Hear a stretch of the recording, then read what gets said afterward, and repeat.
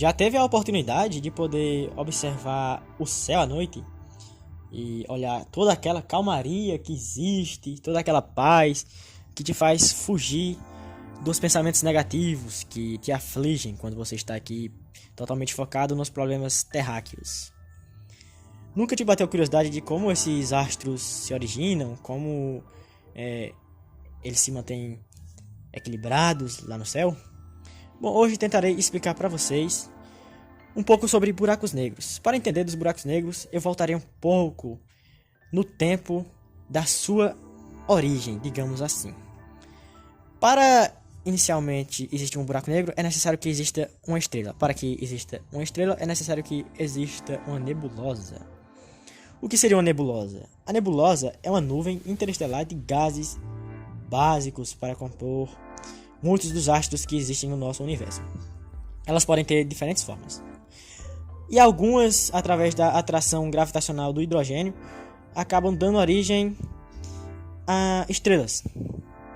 Os átomos de hidrogênio se juntam e isso acaba por formar uma estrela, o que aconteceu no nosso sistema solar, onde inicialmente se formou o nosso Sol e logo após os planetas do nosso sistema solar. E as estrelas são astros que emitem luz própria, são compostos por hidrogênio e hélio.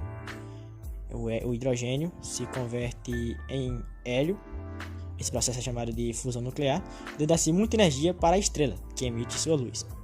Quando o combustível da estrela começa a se esgotar, ela começa a converter materiais mais pesados até chegar ao fim, e dependendo da massa da estrela, ela irá explodir em uma supernova, deixando o seu núcleo, uma estrela de nêutrons. Mas não é essa parte da estrela que quero chegar, mas sim quando dá origem a um buraco negro. O que é um buraco negro? Em 1783, John Mitchell escreveu um artigo do que seria um. Segundo ele, uma estrela tão maciça e compacta, com um campo gravitacional tão forte que sua luz não poderia escapar. Bom, isso tecnicamente define um buraco negro.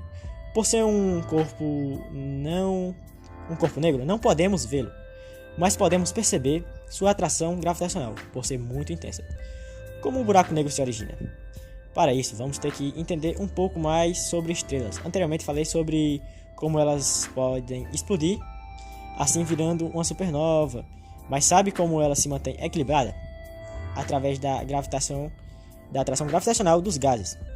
Mas como ela não encolhe totalmente, já que a atração gravitacional a contrairia? Bom, o calor dos gases causa uma pressão que expulsa os gases para fora da estrela. E sua gravidade puxa, e assim temos um equilíbrio. Quando ela perde seu combustível, ela começa a encolher, porque a pressão some. Ou seja, os elementos não são mais expulsados e a gravidade começa a vencer esse cabo de guerra.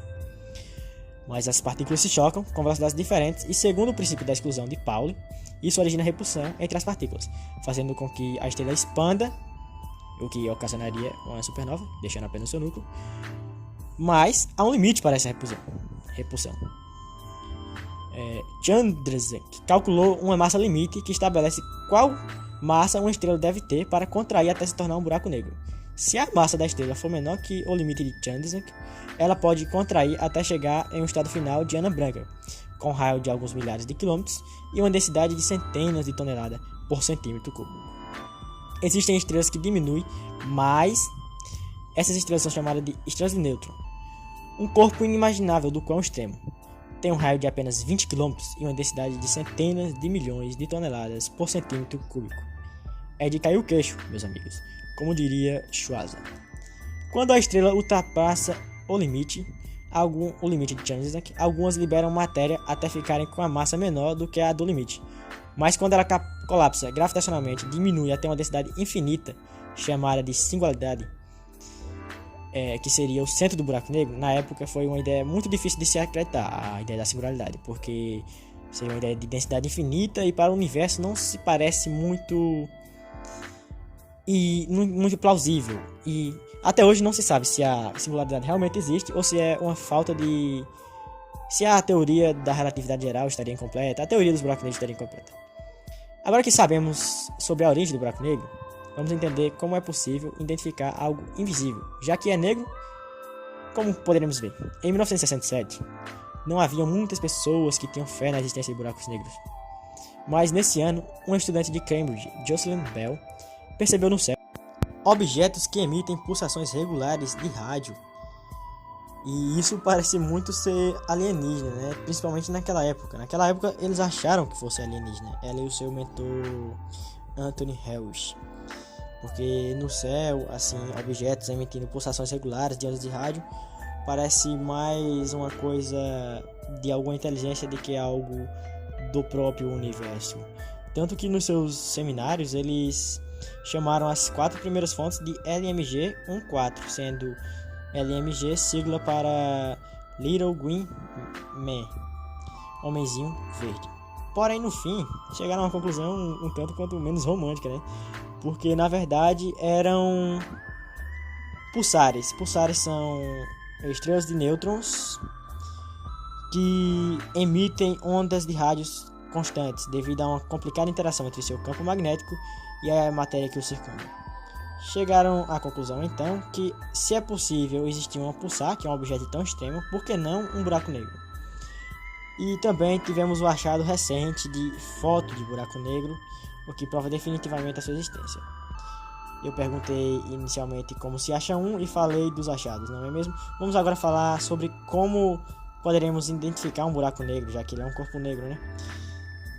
O buraco negro, mesmo sendo um corpo negro que o torna invisível no universo, ele tem uma grande influência gravitacional nos corpos por perto, ou seja, dá para percebê-lo se você vê algo interagindo gravitacionalmente com outra coisa, só que você não vê a outra coisa. Provavelmente aquela outra coisa é um buraco negro.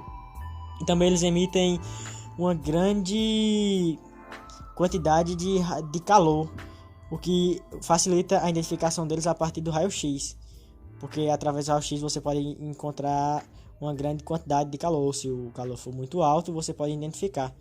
E colocando raio-x em telescópios, você pode identificar alguns buracos negros. E através disso, né, a gente pode chegar a alguns questionamentos. O buraco negro seria algo infinito?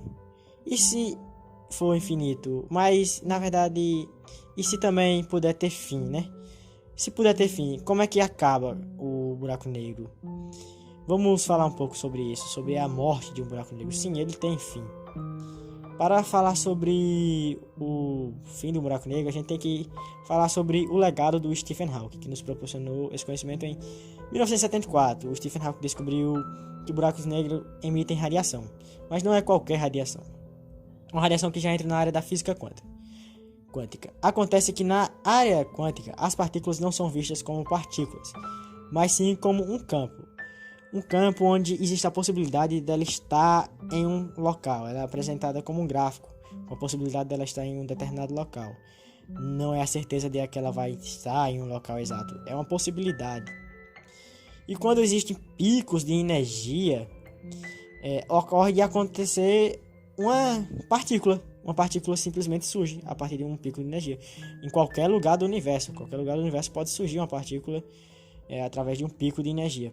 Só que, para a infelicidade dessas partículas, também surge uma antipartícula que aniquila ela totalmente. Essas partículas são chamadas de partículas virtuais, porque tecnicamente elas nem existem.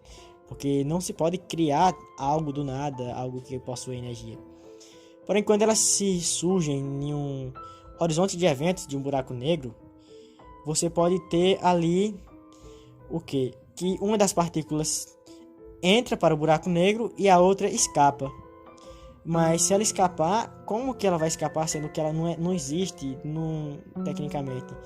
Bom, ela se forma através da energia do buraco negro. Ela rouba a energia do buraco negro. A que entra para o buraco negro é sugada, assim não tendo como se aniquilar, e a outra escapa, levando assim um pouco da energia do buraco negro, o que faz com que o buraco negro evapore aos poucos. É um fenômeno chamado evaporação dos buracos negros, porque ele vai perdendo sua massa. E a partir de bilhões de anos, você teria que o buraco negro ia perdendo sua massa e até um dia perder a luta para o mundo quântico, né? Um objeto tão extremo como o buraco negro, perdendo para partículas praticamente inexistentes. E isso foi um grande trabalho do Hawking, né? Que ele juntou a teoria da relatividade com a teoria quântica, que antes eram vistas como teorias separadas. Bom, é isso que eu tinha para apresentar sobre buracos negros. Até a próxima.